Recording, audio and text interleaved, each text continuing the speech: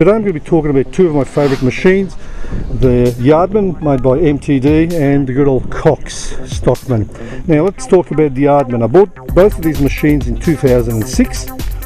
First I bought the Yardman thinking, well, it's a well-known brand, it's 20 horsepower, it is 42-inch cut, which is ideal for the kind of grass that grows around here and the kind of grass that I need to take care of. As you can see, that's about the height of it when I'm mowing. I thought the Yardman would do a good job. Well, unfortunately 6 months later I purchased the COX, and let me tell you some of the features that are quite good on this car. Pardon me, it does look like a car. As a matter of fact, one of the disadvantages, I'll start with disadvantages, is that because it has so many moving parts, it makes it a bit more unstable and it requires a lot more servicing and a lot more work on it when you take it to the service, because there are so many moving parts.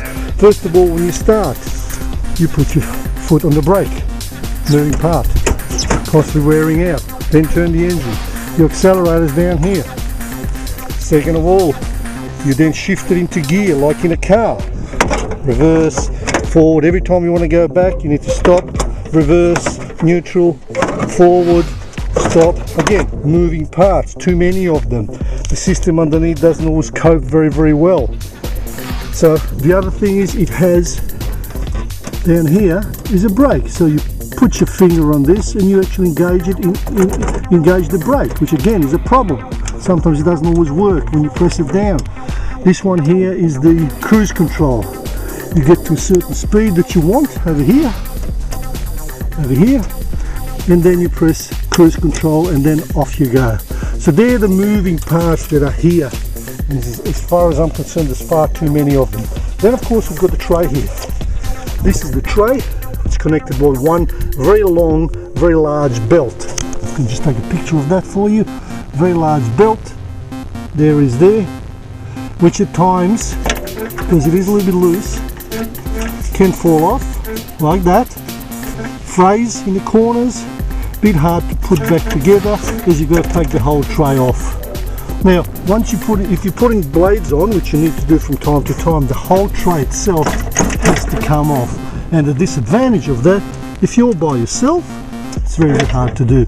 The other thing is the tray itself has been poorly designed, and every time you finish mowing, there's always junk and rubbish stuck in there, mucking up all your working parts. You see all the muck is right underneath the blades engager. Okay, so the blades are underneath here on this cog, and now you've got all this dust and stuff underneath. So again, very poor setup.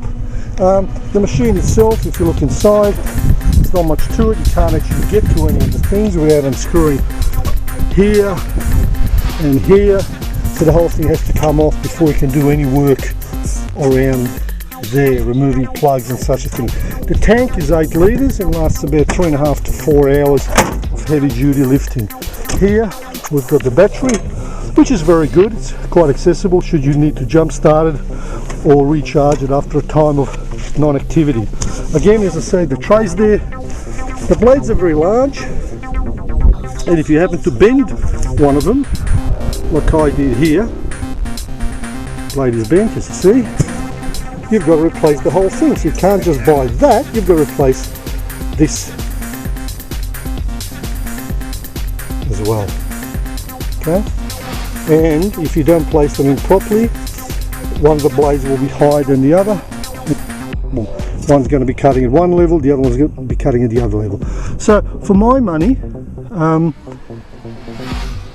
while the Yardman suits certain conditions and specifications, cost me half as much as the COX, yet in the long run it's costing me more with parts, and it's costing me more with frustration, and it's costing me more with constantly having to stop and put the belt back, which falls off from time to time, and just basically frustrating.